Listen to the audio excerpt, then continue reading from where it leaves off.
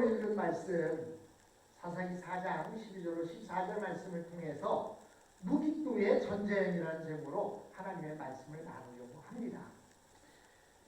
오늘 본문에 보면 무기또라는 말이 나와요, 안 나와요? 지금 성경인데 무기또라는 말 나옵니까, 안 나옵니까? 안 나오죠? 지역 이름이 하나 나오는데 뭐가 나오죠? 다볼산이라는 산이 나옵니다. 다볼산. 여기 보니까 12절에 아비노함의 아들 바락이 다볼산에 이르렀다 이렇게 말하고 있어요. 다볼산. 그런데 왜 목사님은 다볼산의 전쟁 이렇게 말 안 하고 무기또의 전쟁이라고 이야기할까? 그것에는 이런 이유가 있습니다. 다볼산이 무기또 지역에 있는 산이에요.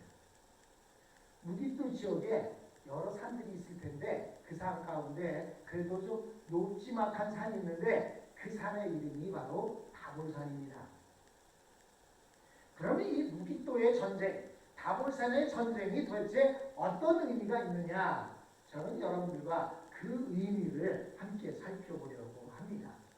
이 무기또의 전쟁, 즉 다볼산의 전쟁은 지금까지 가나안 족속들과 싸웠던 다른 전쟁들과는 확연히 성격이 달랐습니다. 제가 전에도 말씀드렸지만 다른 전쟁들은 싸워서 그들을 노예로 잡아가거나 그들에게 조공을 바치기 위해서 전쟁을 벌였습니다. 그 나라를 완전히 멸망시키기 위해서 전쟁을 한 게 아니라 그들을 무력으로 찍어 눌러서 그들로 하여금 노예로 끌고 가거나 그들에게 조공을 바침으로 인해서 자기네들이 풍성하게 살기 위한 그런 전쟁들이었습니다. 그런데 지금 우리가 보는 이 다볼산의 전투, 무기또의 전쟁은 그 성격이 완전히 달랐습니다. 죽느냐 사느냐 그것이 문제로다. To be or not to be. That is a question이라는 말이 있어요. 죽느냐 사느냐 그것이 문제다. 바로 이 무기또의 전쟁, 다볼산의 전쟁은 이스라엘 백성들이 세상 사람들과 전쟁을 해서 완전히 멸망하느냐 아니면 사느냐 이런 문제를 가지고 전쟁에 임했던 것입니다. 이건 과연 이 불신의 시대에 하나님의 백성이 그대로 존재할 수 있느냐 없느냐를 판단하는 아주 중요한 싸움이었습니다. 여러분, 무기또 좀 전에 말씀드렸지만 이 무기또는 다볼산이 그 안에 들어있는데 이 다볼산은 제법 큼지막한 산이었습니다. 그런데 바락이 군사 10,000명을 이끌고 이 다볼산으로 싸우러 나갔습니다. 그래서 이들이 그곳에 싸우러 나왔다는 이야기를 시스라가 듣고 그가 자신이 거느리고 있던 900대의 철병거를 이끌고 군사들을 앞세워서 그 다볼산으로 전투를 하러 옵니다.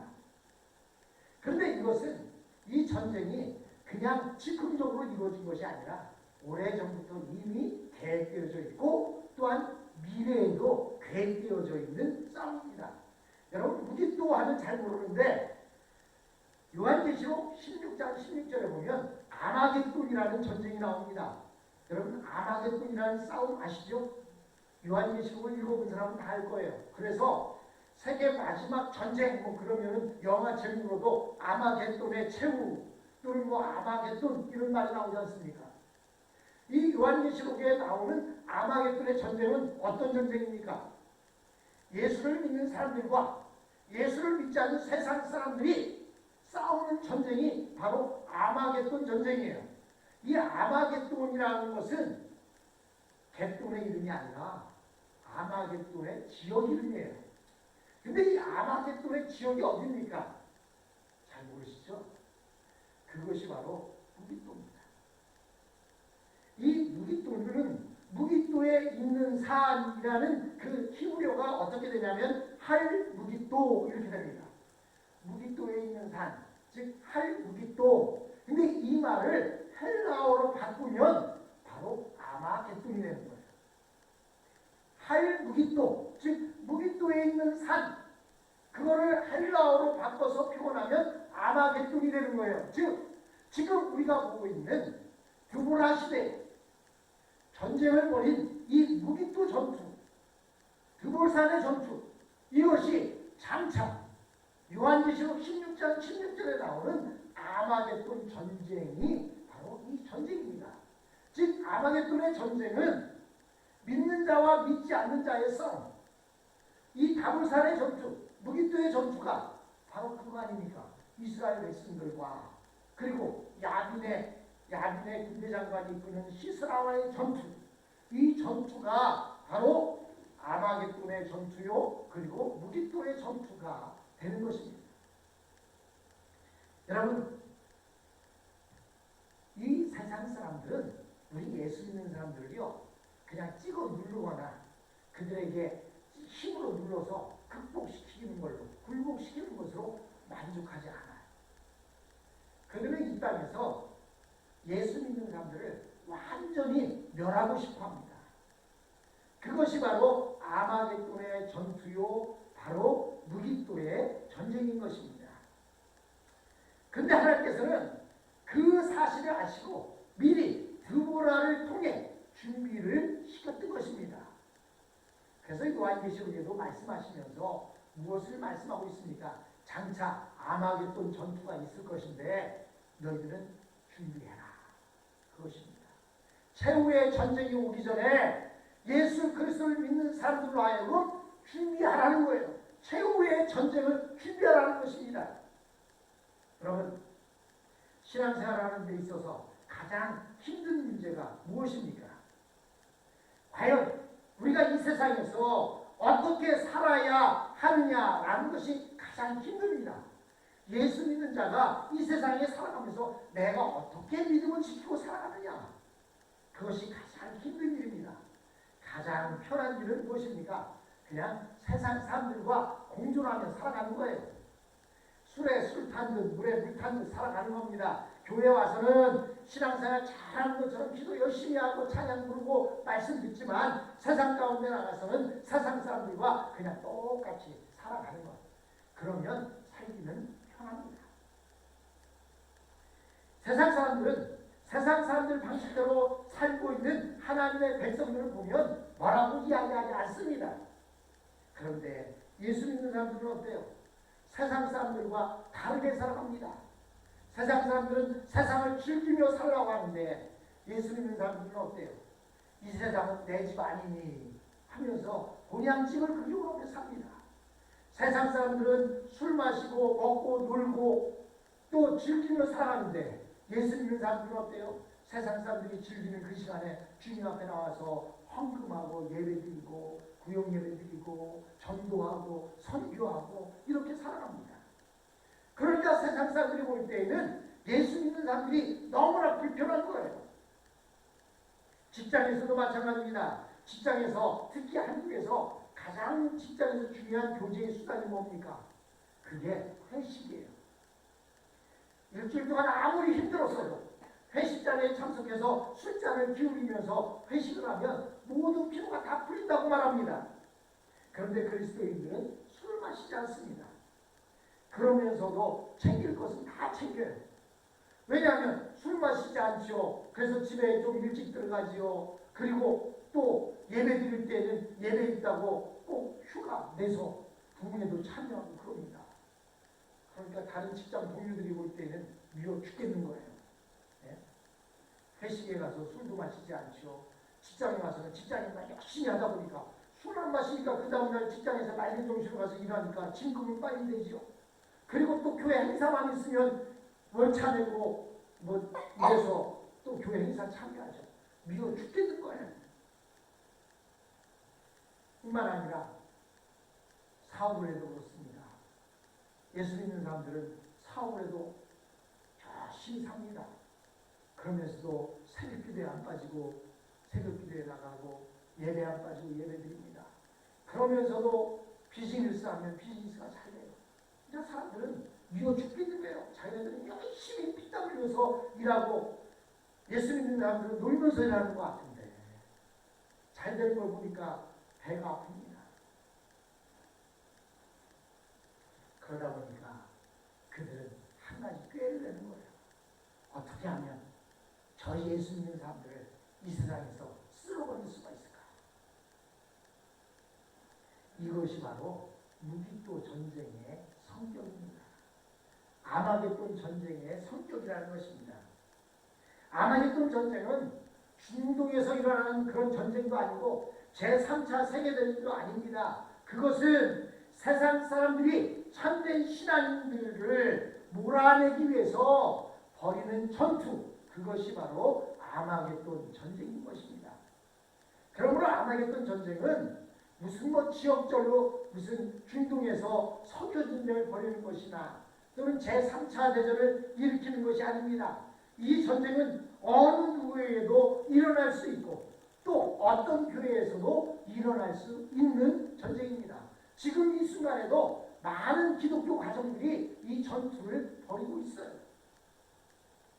타협하면 살려주겠지만 타협하지 않으려면 꺼져버려 라고 하는 그런 모습으로 오늘도 이 전쟁이 계속되고 있는 것입니다. 우리는 이 전쟁에서 살을 걸고 세상에서 이 세상과 싸워야 하는데 문제는 무엇입니까? 오늘 본문에 보니까 시스라는 철병거 900대와 그리고 많은 군사들을 이끌고 무기토로 향해서 왔습니다. 그런데 드보라는 뭐라고 말합니까? 바락에게 이야기합니다. 오늘이 바로 주님께서 너에게 허락한 그 날이다. 나가서 싸우라고 하는데 변변찮은 무기 하나 없어요. 그냥 망령의 오합 지졸에 농사짓던 사람들 이끌고 나가는 거예요. 근데 뭐라고 말합니까? 드보라가 하는 얘기를 저들을 내 손에 붙였다고 말합니다.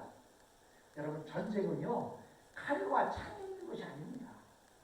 전쟁은요 얼마나 갑옷을 두껍게 입고 좋은 무기를 사용하느냐, 그것이 세상의 전쟁이에요. 그러나 아마겟돈의 전쟁은 무엇입니까? 우리 믿는 자들이 얼마나 하나님의 말씀으로 무장됐느냐, 그것으로 전쟁의 승패가 되어지는 것입니다. 전쟁은 우리가 싸우는 것이 아닙니다. 전쟁은 하나님께서 싸워주시는 거예요. 그러므로 우리는 그것을 믿고 믿음으로 나아가기만 하면 되는 거예요. 여러분, 가나안 땅에 이르렀던 여호수아와 이스라엘 백성들이 저 난공 불락과 같은 저 위대한 단단한 성 가나안, 무슨 성이에요? 여리고 성을 만났을 때 그들이 한 일이 뭐예요? 나가서 싸우라고 하는데 딴 데 싸우는 게 아니에요. 그냥 하루에 한 바퀴씩 그 성을 빼면 돌아가는 거예요. 볼 때마다 앞에 서 있는 제사장들과 나팔을 들고 있는 사람은 나팔을 꾹꾹 풀어가면서 도는 거예요. 그것은 무엇을 뜻합니까? 바로 예배를 드리는 거예요. 하나님 앞에 예배하고 믿음을 보이는 거예요. 여러분 한번 생각해 보세요. 그 여리고 성 안에 있던 군사들이 우르르 달려나오면 어떻게 될 겁니까? 죽을 수밖에 없을 텐데 하나님이 말씀하시는 것은 하나님의 언약궤를 앞세우고 돌주가 하는 거예요. 믿음을 가지고 도는 겁니다. 첫째 날, 둘째 날, 셋째 날, 여섯째 날까지 믿음을 가지고 돌아요. 그랬더니 마지막 날은 7바퀴를 돌라고 하시며 뭐라고 말씀합니까? 들내지 말라고 얘기하는 거예요. 아무 소리도 내지 말라는 거예요. 즉 묵상 기도하라는 거예요. 그리고 마지막 바퀴를 돌 때에 함성을 치르라는 겁니다. 그랬더니 어떻게 됐어요? 믿음대로 했더니 여리고성이, 그 두툼한 여리고성, 전차가 2대씩 달려갈 수 있는 그 성벽이 2개나 쌓여 있답니다. 그렇게 쌓여있던 성벽이 우르르 무너져 버리고 말았습니다. 여러분, 영적인 전쟁은 믿음이 얼마나 갖고 있느냐, 하나님의 말씀에 얼마나 순종하느냐에 달려있다는 것을 우리들에게 보여주고 있습니다. 여러분, 하나님께서는 왜 이 세상에 이렇게 악한 자들이 득세하도록 내버려두고 있는 것일까요? 왜 그러냐? 그렇게 하지 않으면 악이 어떤 것인지 사람들은 모르기 때문에 그렇습니다. 사람들은 불우한 환경이나 제대로 배우지 못한 탓을 하면서 악을 두둔하거나 동정하려고 합니다. 그러나 나중에 드러나는 악의 정체는 무엇입니까? 그 악의 정체는 죄 짓는 것을 즐긴다는 것입니다. 정신 이상 때문이 아니에요. 그들은 자기의 힘을 자신의 신으로 삼고 약한 자를 짓누르는 것, 그것을 정의라고 생각하며 살아가고 있습니다. 그래서 그들이 하나님만 의지하는 사람을 보면 그렇게 경멸할 수밖에 없고 그렇게 기분 나빠할 수밖에 없는 것입니다. 그들은 하루 날을 잡아서 하나님의 백성을 뿌리 뽑으려고 이렇게 작정을 한 것인데, 그 작정이 바로 아마겟돈 전쟁인 것입니다. 오늘 본문에서 드보라는 변변한 무리수차 없는 바람에게 시스라를 대항하여 싸우라고 말합니다. 가진 것이 있다고는 아무것도 없는 상황에서 도대체 무엇을 믿고 전쟁을 하라는 말입니까? 그러나 지금 여기서 이스라엘 백성들이 물러선다면 그들에게는 죽음과 멸망만이 있을 뿐입니다. 그렇기 때문에 아무리 가진 것이 없어도 싸우지 않을 수가 없습니다. 쥐도요, 고양이가 막다른 골목을 물면 쥐도 이빨을 드러내고 고양이를 물려고 달려드는 것을 볼 수가 있습니다. 선택의 여지가 없을 때는 싸울 수밖에 없는 거예요. 물론 하나님의 백성들도 웬만하면 양보를 해서라도 싸우지 않으려고 합니다. 지는 것이 이기는 것이라고 말하고 되도록이면 싸우지 않으려고 노력합니다. 그러나 그들의 요구 사항이 상식적으로 도저히 받아들일 수 없을 때에는 싸우지 않을래야 싸우지 않을 수가 없게 되는 것입니다. 아마겟돈의 전쟁의 특징은 상식이 통하지 않는다는 것입니다. 대화가 안 돼요. 대화로 풀 수가 없습니다. 그들의 요구사항을 다 들어주려면 미치는 수밖에 없습니다. 그러니 결국은 싸우기 싫어도 싸울 수밖에 없는 것입니다. 어떤 자매가 믿지 않는 집으로 시집을 갔습니다. 처음에는 남편이 기독교에 조금 우호적인 것 같았는데 시간이 지나면서 점점 본색을 드러내기 시작했습니다. 그 집을 지배하고 있는 것은 어떤 점쟁이의 예언이었습니다. 이 자매는 가능하면 교회도 잘 가지 않고 양보를 하면서 그 집안을 시끄럽게 하지 않으려고 애를 썼습니다. 그래서 주일 예배만 드리고 수요 예배도 못 가고 구역 예배도 참석하지 못했습니다. 그런데 이 남편은 시간이 지나면 지날수록 말도 안 되는 요구를 계속하기 시작했습니다. 그는 아무리 자기가 신앙이 없다 해도 또 아무리 싸우지 않으려고 마음을 먹었다 해도 도저히 그것만큼은 받아들일 수 없을 만큼 비상식적인 요구들을 하는 것이었습니다. 결국 그 자매는 싸우지 않을 수가 없었습니다. 그녀가 영적인 싸움을 싸우는 자라고 해서 원래 싸움을 좋아하는 호전적인 사람은 아니었습니다. 그러나 어쩔 수 없는 상황이 됐을 때 우리 신앙인들은 더 이상 양보할 수 없는 상황이 됐을 때 우리는 싸울 수밖에 없는 것입니다. 무기교의 전쟁에서 공격해오는 사람들의 눈을 보십시오. 그 세상 사람들의 눈은 이성을 잃어버린 눈빛입니다. 사람의 눈빛이 아니라 맹수의 눈빛을 하고 있습니다. 그런 사람들은 아무리 대화를 하려고 해도 대화가 통하지 않습니다. 그때에는 결국 그들과 싸울 수밖에 없는 것입니다. 그것이 바로 무기교의 전쟁이요, 그리고 아마겟돈 전쟁인 것입니다. 사랑하는 성도 여러분, 우리가 가지고 있는 무기는 바로 하나님의 말씀입니다. 하나님의 말씀을 붙들고 나갈 때 우리는 승리합니다. 다음 시간에도 보겠지만 900대의 철벽을 가지고 왔던 이 시스라의 군대가 다 죽어나가고 시스라가 도망을 치는 장면을 우리가 볼 수가 있습니다. 바락과 만 명의 사람들은 오합지졸과 같았지만 그들에게 무엇이 있었어요? 하나님의 말씀을 의지하고 있었습니다. 사랑하는 성도 여러분, 아마겟돈 전쟁에서 승리하기를 원하십니까?